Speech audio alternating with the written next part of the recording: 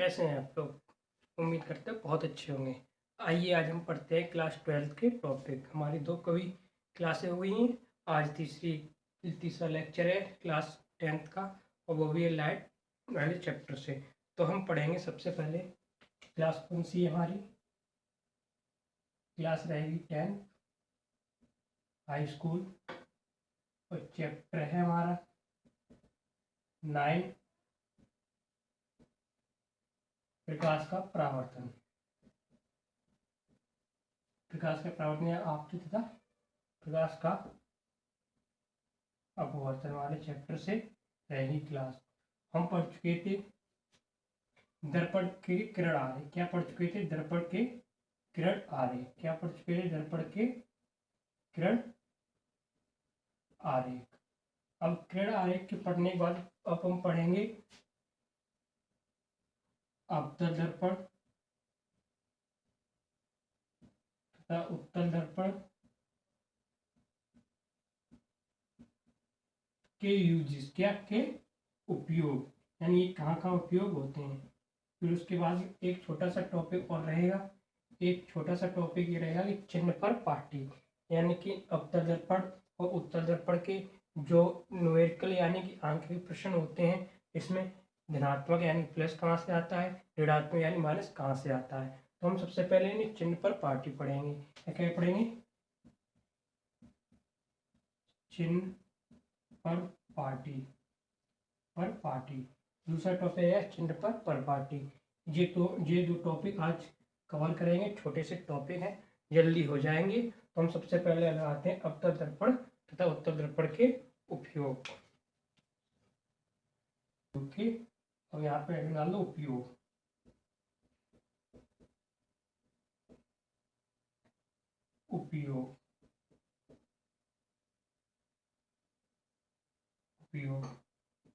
ठीक, हम सबसे पहले इसमें यानी अवतल दर्पण में सबसे पहले हम पढ़ेंगे क्या?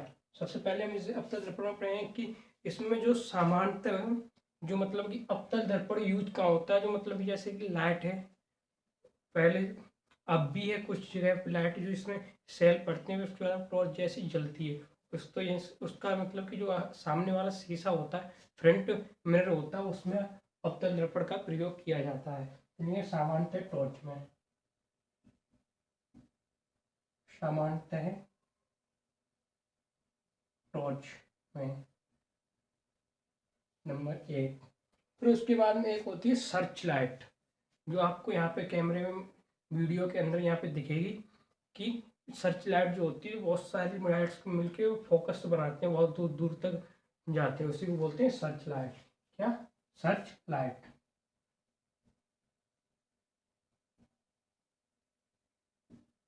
Number 2 search light. और सर्च लाइट के बाद में होती है जैसे वाहनों की जो हेडलाइट होती है, जो गाड़ी होती है, गाड़ी के सामने वाले जो हेडलाइट होती है, उसमें जो हाई बीम करे जाते हैं, यानी बहुत दूर तक समांतर रेखाएं जाती हैं, यानी अवतल दर्पण की समांतर रेखा जाती है सीधी सीधी बहुत दूर तक, ताकि बहुत दूर तक साफ दिखाई दे, अधिक साफ दिखाई दे। तो यहाँ पे लिखेंगे वाहनों के अग्र लाइट, यानी वाहनों के हेडलाइट लिख सकते हैं। वाहनों के हेडलाइट।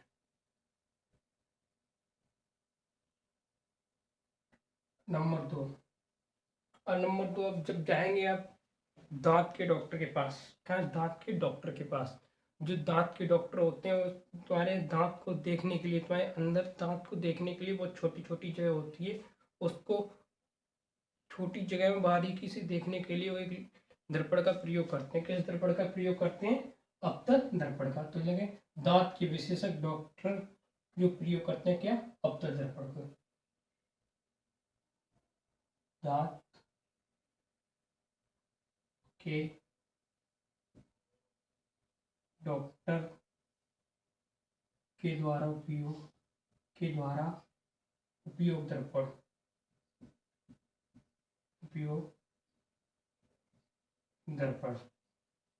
के द्वारा उपयोग दर्पण। उसके बाद में जो सौर भट्टी होती है, उसके बाद में जो सौर भट्टी होती है, जो सौरवट्टी जिसमें मतलब कि सूर्य की प्रकाश को एकत्रित करना, यानी सूर्य की प्रकाश को एकत्रित करके एक जगह पे फोकस करना, सूर्य की प्रकाश को एकत्रित करके एक जगह पर फोकस करना, उसी को बोलते हैं सौरवट्टी।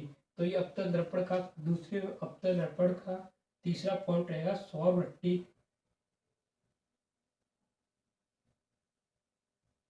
सौरवट्टियों में प्रकाश की किरण को एकत्रित करना एक जगह, एकत्रित करना।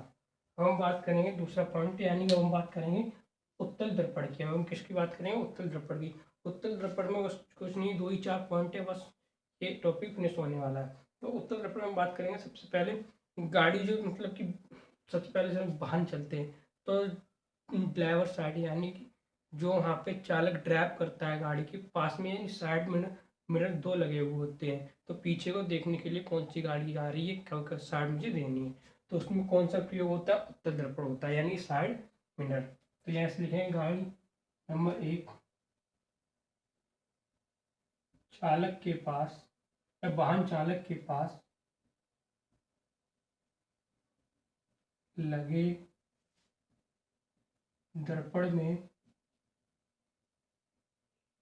पीछे का दृश्य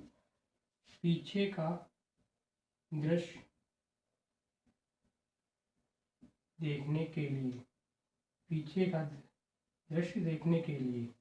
नंबर 2, ठीक, नंबर 2 में ये होता है कि जो उत्तल दर्पण है, उत्तल दर्पण में हमेशा जो प्रतिबिंब यानी कि इमेज बनती है, उत्तल दर्पण में इमेज हमेशा जो बनती है वो सदैव हमेशा कैसी बनती है? सीधी, सदैव सीधी बनती है,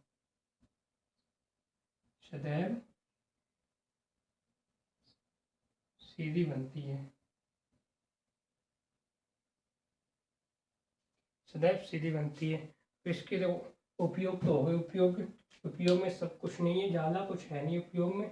उपयोग यह है कि सामान्यतः जो टॉर्च होती है उसमें प्रयोग होता है, सर्च लाइट होती है उसमें प्रयोग होता है, वाहन की हेडलाइटों में प्रयोग होता है, तथा दांत के जो विशेषज्ञ डॉक्टर होते हैं उनमें जो उपयोग कहते हैं दांत को बारीकी से देखने के लिए कौन सा?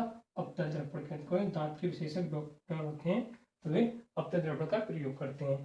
तो जो सौरवट्टी होती है, कौन सी? जो सौरवट्टी होती है जिनके प्रकाश को, यानी सौरवट्टी के यानी सौर ऊर्जा है, यानी सूर्य से आने वाली किरणों को एकत्रित करके एक जगह पर फोकस करके जलाने का काम करती हैं। तो उसी को, उसमें कौन सा लेंस, कौन सा दर्पण प्रयोग करते हैं? अवतल दर्पण। ठीक, अब अवतल चालक के पास लगे, यानी कि यहाँ पे कोई ये ड्राइव कर रहा है, इसके पास में साइड के पास में कह सकते कि मिरर लगे होते हैं, इनमें पीछे का दृश्य देखते हैं, पीछे गाड़ी आ रही है, पास मांग रही है और हम देखे जाने की कोशिश, इसी को दृश्य देखने के लिए लगाया जाता है। और उसके बाद में अवतल दर्पण में हमेशा जो सदैव प्रतिबिंब बनता है वो सदैव सीधा बनता है। तो ये उपयोग यहाँ पे खत्म हो गया। अब हम बात करें चिन्ह पर पार्टी। क्या बात करें? चिन्ह पर पार्टी।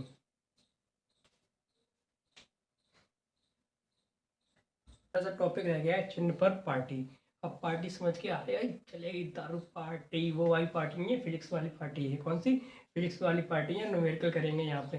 तो यहाँ पे समझ में आएंगे, अगर सही से चिन्ह पर पार्टी समझ में आ गई तो न्यूमेरिकल आप आराम से कर लेंगे। इस आराम से की, यानी वस्तु रखी है, वस्तु दर्पण के सामने रखी है, धनात्मक होगी या ऋणात्मक होगी, चिन्ह पर पार्टी यही बताती है। ठीक, तो सबसे पहले हम लगाते हैं हेडिंग, क्या? चिन्ह पर पार्टी।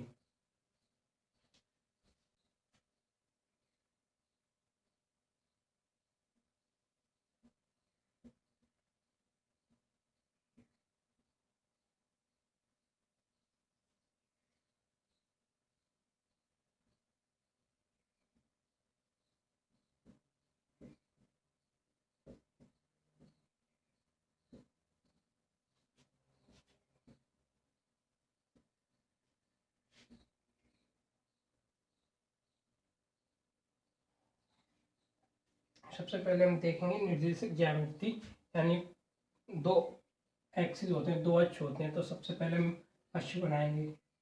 ये हमारे पास हो गया एक्स अक्ष। क्या है? एक्स अक्ष। ठीक, ये कौन सी एक्स अक्ष हो गई। और उसके बाद में इसकी लंबवत, यानी एक इसकी लंबवत ऊपर, एक लंबवत इसके नीचे खींचेंगे। ये कौन से हो गई, ये वाई एच हो गई। ठीक, अब देखो, और ये हमेशा यहाँ पे क्या मूल बिंदु होते हैं, यानी इस पूरे ग्राफ में अगर हम कोई भी चीज़ स्टार्ट करेंगे, इस पूरे ग्राफ में कोई चीज़ हम स्टार्ट करेंगे तो हमारी यह कहाँ से, यहाँ से स्टार्ट होगी। इसको बोलते हैं मूल बिंदु। क्या बोलते हैं, मूल बिंदु। मूल बिंदु हमेशा 0,0 होते हैं, क्योंकि इन टर्म को लिखने के लिए पहले एक्स के टर्म लिखते हैं, फिर हम वाई के टर्म लिखते हैं। ठीक है, तो इसलिए 0,0। अब दूरी कहीं से भी नापेंगे तो सबसे पहले हम मूल बिंदु से ही नापेंगे। मूल बिंदु से एक्स की ओर, वाई की एच, या फिर एक्स को दो। अब यहाँ पे फैक्टर होता है, यहाँ पे ये होता है कि जो जितना इधर है उतना ही इधर होगा, लेकिन यहाँ पे कंडीशन रहेगी एक, यहाँ पे क्या है, यहाँ पे रहेगा ये माइनस के एक्स एच, ये माइनस के एक्स एच रहेंगे, ये प्लस के। इसी तरह ऊपर अगर बिल्डिंग पे आप चढ़ते हैं तो एक चीज प्लस हो रही है, 1 प्लस हो रहे हैं तो ऊपर जा रहे हैं। अगर हम नीचे आएंगे तो 1 माइनस होते हैं, तो नीचे अगर हम जाएंगे तो नीचे किसकी ओर जाएंगे, माइनस की तरफ जाएंगे। नीचे किसकी तरफ जाएंगे, माइनस की तरफ जाएंगे। नीचे किसकी तरफ जाएंगे, माइनस की तरफ जाएंगे। हम किसी के पास जा रहे हैं तो दूरी उसके पास जा रही है, वहां से हम दूर हट रहे हैं, यानी उस पार्टिकुलर चीज से हम दूर जा रहे हैं, तो चीज क्या माइनस में हो रही है, तो इसलिए ये माइनस के एक्स एच। अब यहाँ पे सबसे पहले हम रखेंगे कौन सा, अपना वही पुराना दर्पण है, कौन सा, सम्मान पसंद अवतल दर्पण। कौन सा, सबसे पहले यहाँ पे अवतल दर्पण रखेंगे। समझ में आया, यानी मूल बिंदु के इस तरफ चलेंगे, यानी कि मूल बिंदु के लेफ्ट साइड चलेंगे तो पॉजिटिव, राइट साइड चलेंगे तो नेगेटिव। अगर हम ऊपर की ओर जाएंगे तो पॉजिटिव, नीचे की ओर जाएंगे तो नेगेटिव। ठीक, अब हम बात करने वाले यहाँ पे एक दर्पण रखते हैं, कौन सा, अवतल दर्पण। कैसा बना है, कैसा, बहुत बढ़िया बना है। ये खुल गया है। हाँ, चलो अब इसके ऊपर पॉलिश कर देते हैं।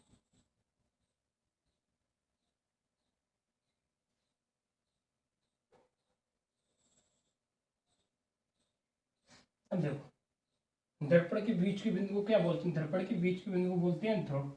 इसे पी से प्रदर्शित करते हैं, कैसे, पी से प्रदर्शित करते हैं। ठीक है, अब उसके बाद में देखो, कोई भी वस्तु दर्पण के सामने रखी होगी, कोई वस्तु दर्पण के सामने रखी होगी तो वो धनात्मक में होगी या ऋणात्मक में होगी। देखो, दर्पण के सामने रखी, यानी दर्पण के देखो बाई और दाई और कंफ्यूजन। सबसे सिंपल है, अवतल दर्पण है या वस्तु दर्पण के सामने रखी होगी, यानी कि वस्तु दर्पण के सामने,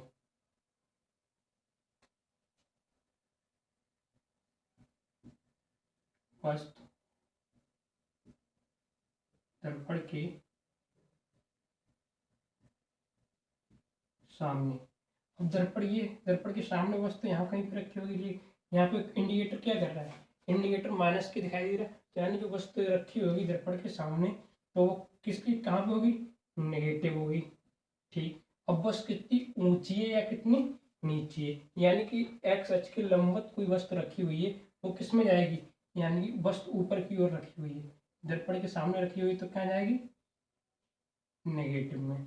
ठीक है, अब वस्तु दर्पण यानी ऊपर की ओर रखी हुई वस्तु, क्या ऊपर की ओर हो, वस्तु ऊपर की ओर, वस्तु हमारी ऊपर की ओर होगी। देखो ऊपर की ओर ये कहाँ जा रहा है, प्लस की तरफ जा रहा है, ये कहाँ जा रहा है, प्लस की तरफ। कहाँ जा रहा है, ये प्लस की तरफ। तुम्हारी वस्तु कहाँ होगी, पॉजिटिव होगी। क्या होगी, पॉजिटिव होगी। अगर देखो कोई वस्तु का प्रतिबिंब, अवतल दर्पण में तो प्रतिबिंब सब इधर ही बनते हैं, नीचे बनते हैं, तो वस्तु हमारी नीचे की ओर, वस्तु हमारी नीचे की ओर हो या प्रतिबिंब हो, या प्रतिबिंब हो, ये कहाँ जाएगा, नीचे की ओर, ये कहाँ जाएगा, नेगेटिव में जाएगा। कहाँ जाएगा, ये नेगेटिव में जाएगा। ठीक, अब देखो, अब वस्तु दर्पण के पीछे हो, वस्तु दर्पण के पीछे हो, वस्तु दर्पण के पीछे हो, वस्तु अगर दर्पण के पीछे होगी तो क्या होगी? अब पीछे यहाँ पे पॉजिटिव है, ऊपर भी पॉजिटिव है, क्या होगी? पॉजिटिव। क्यों ऐसे करके वी लिखते हैं तो ये हमारा पॉजिटिव है, अगर हम ऐसे करके लिख देते हैं तो ये हमारा नेगेटिव है। ठीक है, शॉर्ट फॉर्म है। अब देखो, अगर यहाँ पे अब ये कि दर्पण के पीछे है तो पॉजिटिव है, दर्पण के आगे है तो नेगेटिव है।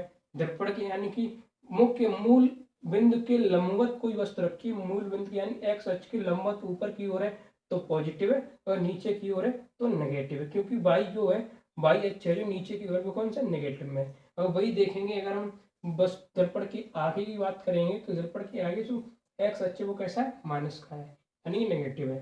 ठीक है, वो बात करेंगे। यहाँ पे कुछ इंपॉर्टेंट पॉइंट हैं जो हमेशा इसके साथ दे, यूनिवर्सल सत्य हैं जो हमेशा, सबसे पहले है कि वस्तु की दूरी u ऑलवेज पॉजिटिव होती है, यानी जो वस्तु की दूरी है, सबसे पहले यहाँ पॉइंट लिखेंगे, क्या लिखेंगे? वस्तु की दूरी, वस्तु की दूरी, वस्तु की दूरी हमेशा, वस्तु की दूरी हमेशा पॉजिटिव या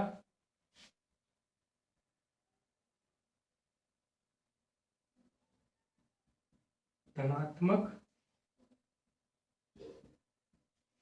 होती है। तो किसकी बात कर रही है? ऑलवेज, हमेशा। किसकी? हमेशा की बात कर रहा है। अब दूसरा है कि अवतल दर्पण में किसकी बात कर रहा है? अवतल दर्पण वस्तु, यानी वस्तु की दूरी को हम किससे डिनोट करते हैं? वस्तु की दूरी को, यानी वस्तु की दूरी को किससे हम डिनोट करते हैं? यू से। किससे? यू से करते हैं। प्रतिबिंब की दूरी किससे करते हैं? बी से। किससे? बी से। ठीक, अब अगला हमारा पॉइंट दूसरा नोट करने लायक है। दूसरे पॉइंट नोट करने लायक है, अवतल दर्पण में फोकस दूरी हमेशा नेगेटिव होती है। किसमें? अवतल दर्पण में। दो, ये अवतल दर्पण पहले होता है मूल बिंदु, ये पहले होता है ध्रुव, ध्रुव के बाद होता है फोकस दूरी, यहाँ फोकस दूरी होती है, फिर होता है वक्रता केंद्र, एंड इन दोनों को मिलाने वाली रेखा को फोकस दूरी कहते हैं। तो ये कहाँ है? माइनस की तरफ है, यानी कि मूल बिंदु के इधर माइनस की तरफ है, तो फोकस दूरी क्या हुई? नेगेटिव। यहाँ पे लिखेंगे फोकस अवतल दर्पण में। किसमें? अवतल, अवतल दर्पण में फोकस दूरी, या फोकस दूरी कैसी होती है? फोकस दूरी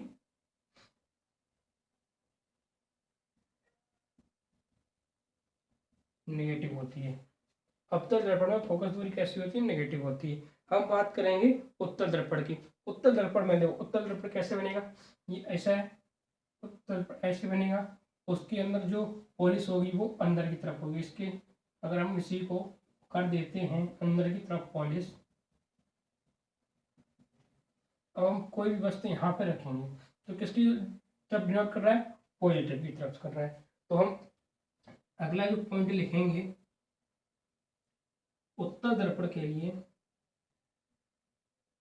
अगला हम पॉइंट लिखेंगे उत्तल दर्पण के लिए, तो फोकस दूरी कहाँ जाएगी? ये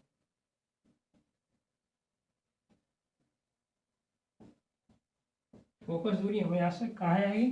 फोकस दूरी हमेशा कहाँ आएगी? पॉजिटिव, यानी कि यहाँ पे है, यहाँ पे आएगी फोकस दूरी। तो ये हमेशा, ये अक्ष कौन सी है? पॉजिटिव अक्ष। ये कहाँ जाएगा? पॉजिटिव की तरफ जाएगा, पॉजिटिव प्लस।